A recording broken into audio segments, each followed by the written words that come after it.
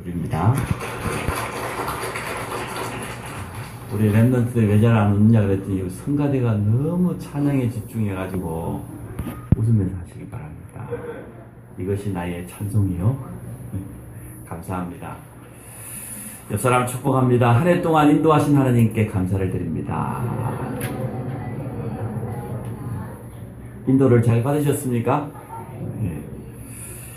어느덧 2015년 마지막 주일이 되었습니다.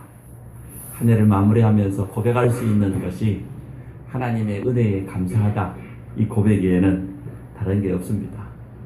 저 개인적으로는 완전 우상 가문에서 멸망바다에 마땅할 제가 복음을 깨달은 것도 감사한데 또 주의 종으로 부름받아서 오직 예수가 그리스도라는 살아계신 하나님만을 증거하는 이러한 주의 종이 된 것이 너무 감사하고요. 또 우리 교회가 한 해 동안 우리 교회의 주인 되셔서 인도하신 하나님의 축복 속에서 각 기관들이 힘을 얻고 또 현장을 회복하는 이러한 응답 주신 것 감사합니다. 또 여러 가지 각 기관에서 직분을 가지고 한 해 동안 헌신해 주신 모든 분들에게 깊은 감사를 드립니다. 우리 어찌하든지 우리 후대들에게 이 복음을, 이 믿음을 전달하기를 원합니다. 한국 교회가 점점 후대들이 사라져가고 있는 이때에 우리가 올바로 참 믿음을 전달하지 않으면, 하나님의 말씀을 전달하지 않으면 소망이 없습니다. 미래가 없습니다. 그래서 우리 교회의 가장 주 사역을 후대에다가 방향을 맞추고 인도받는 그런 축복 누리기 원합니다. 오늘 본문은 바울의 고백입니다. 여러분 바울 잘 아시죠? 빌립보 3장에 보면 바울은 세상적인 배경이 대단했습니다. 가문이 대단했어요. 어떤 가문입니까? 이스라엘의 초대왕 사울왕 베냐민 지파 족속이에요. 내가 이래봐도 자랑할 거 있다 바울은 그랬잖아요. 내가 육신적으로 육체로 신뢰할 만한 거 있다? 내가 이래봐도 베냐민 지파다. 그 집안도 대단했어요. 로마 시민권을 가지고 있었습니다. 로마가 전 세계를 장악한 그러한 시대였기 때문에 경제적인 능력도 대단했겠죠. 거기에다가 학문적인 배경도 좋았습니다. 최고 엘리트 코스를 밟았어요. 지금 말하면 외고 나와가지고 서울대나 아마 하버드대 정도.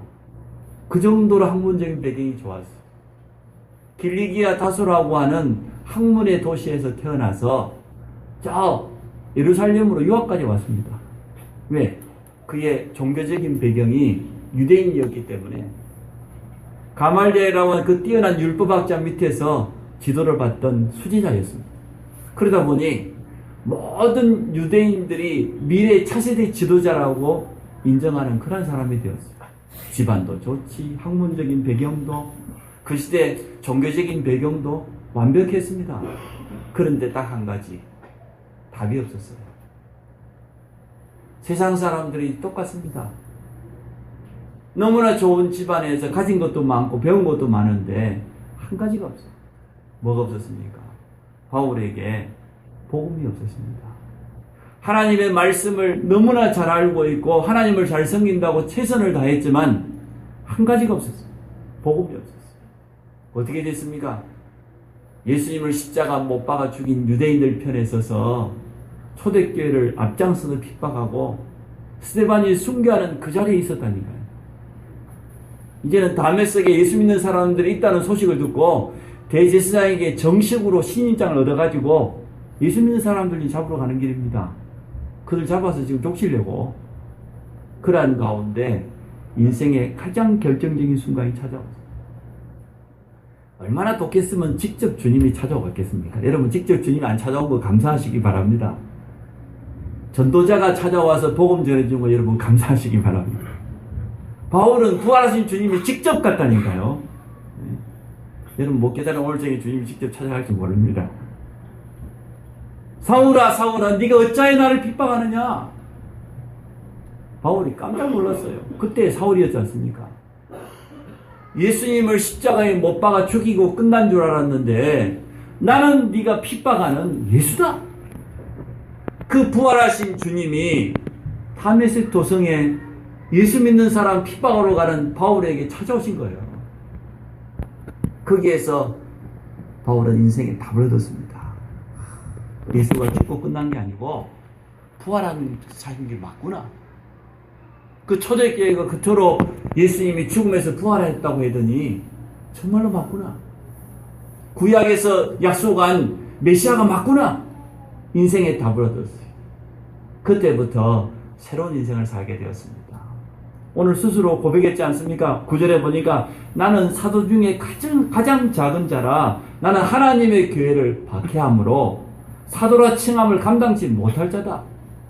그런데 하나님의 은혜로 부활하신 그리스도를 만나고 난 다음에 전도자가 되었습니다. 어느 정도였습니까? 예수님 다음으로 최고의 전도자가 되었습니다. 그 시대에 로마에까지 가서 순교하기까지 복음 전하는 그런 사람이 되어졌습니다. 이 모든 것이 바울은 하나님의 은혜라고 했습니다. 오늘 여러분 모두에게 하나님의 은혜가 회복되는 날 되기를 축원합니다. 오늘 여러분 이 자리에 있는 것이 하나님의 은혜 아닙니까?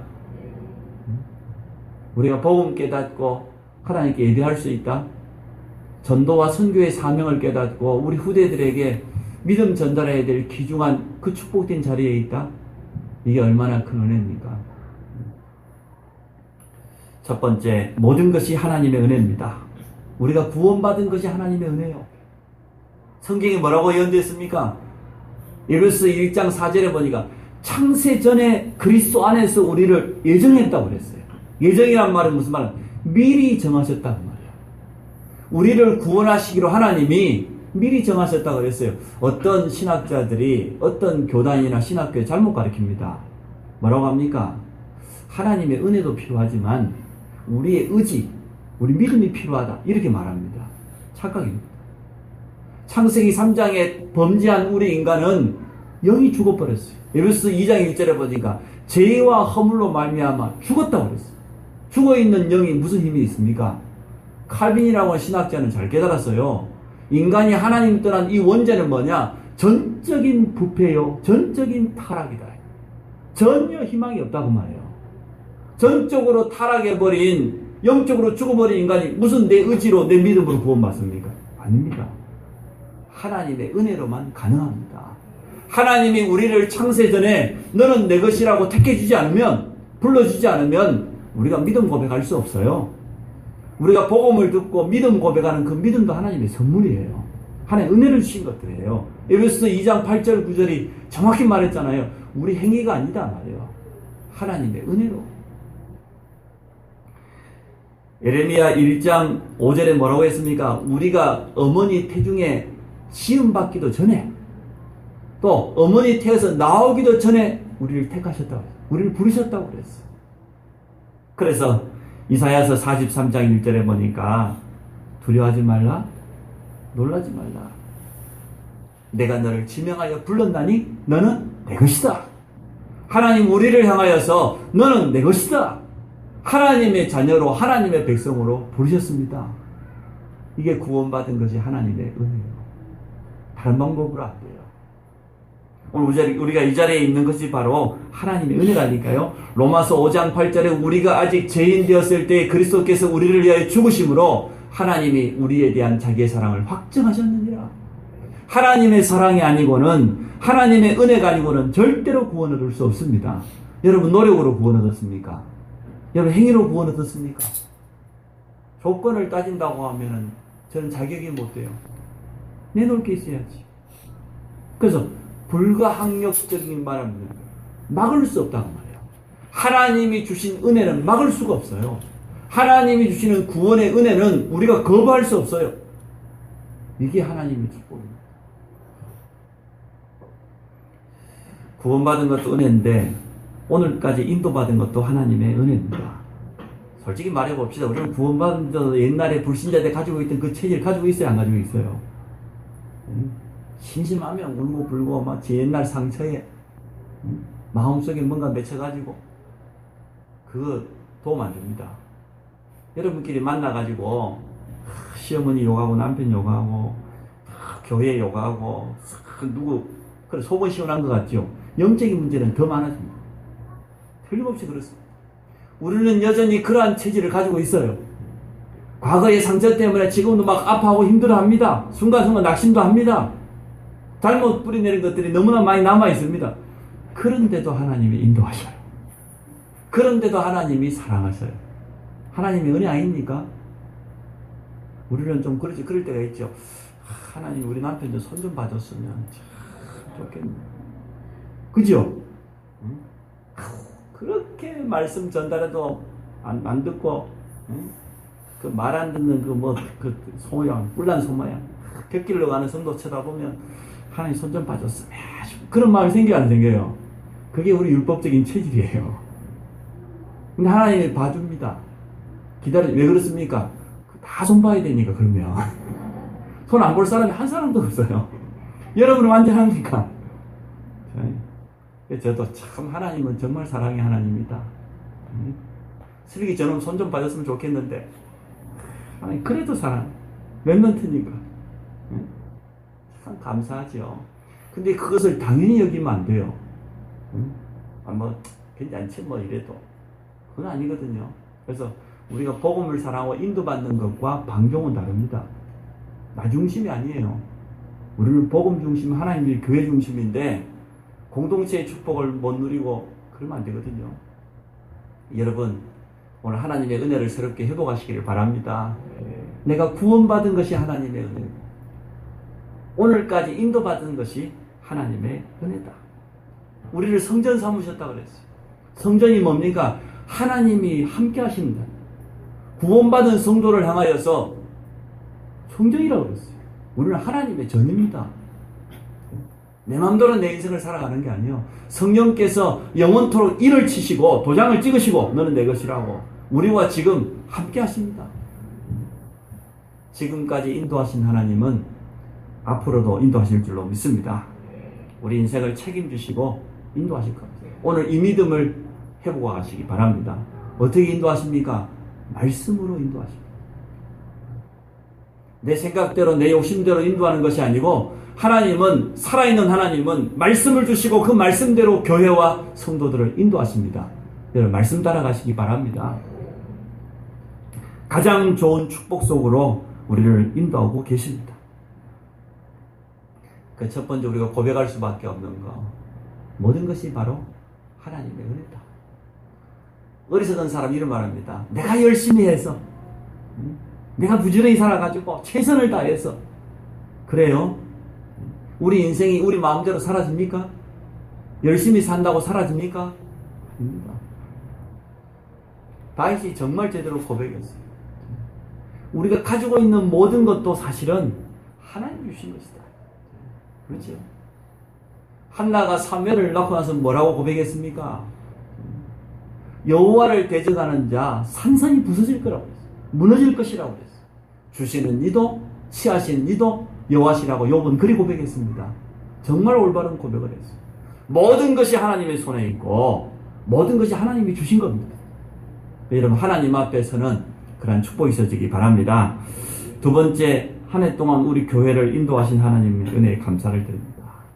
전도자의 삶을 살 수 있도록 그리 축복하셨어요. 원단 메시지 뭡니까? 근본 회복 도전. 뭐가 근본입니까? 하나님이 응답하시는 그 흐름이 있어요. 방향이 있어요. 그게 뭡니까? 그리스도. 복음이 회복될 때마다. 복음이 끊어진 그 현장에 창세기 3장의 저주를 끝내는 그리스도의 복음이 이 근본이 나타날 때마다 그때만 하나님 축복하셨어요. 창세기 6장에 네피림 시대와 같이 지금 흑암 문화가 흘러가는데 거기에 하나님의 나라. 하나님의 나라. 바벨탑 헛된 성공, 하나님 없는 성공을 성공이라고 말하는 저들에게 성령운동을 일으키라. 이 근본을 하나님 우리에게 허락해 주셨고 무엇을 회복하라고 했습니까? 오순절에 초대교회의 축복을 회복해라. 마가다라방에 일어났던 그 성령의 축복을 회복해라. 15나라의 전도의 문이 열렸던 흑암 문화를 완전 무너뜨렸던 그 축복을 회복해라. 날마다의 축복을 우리 후대들과 함께 회복해라. 그렇게 말씀을 주셨어요. 그거 도전하라고 했습니다. 어디에 도전하라고요? 저 재앙 만난 현장에 강대국 중심으로 지금 일어나는 모든 흑암 문화에 도전해라. 세계 복음화를 놓고 담대하게 도전하라고 분명히 말했습니다. 이렇게 한 해 동안 말씀을 주시고 하나님은 우리를 인도해 주셨습니다. 우리 교회에도 현장 회복이라는 그런 말씀을 주셨는데요. 현장 회복하지 않으면 안 될 만큼 그렇게 인도하신 것 같아요. 지나놓고 보니까 하나님이 우리 교회를 얼마나 세밀하게 인도해 주셨는지요.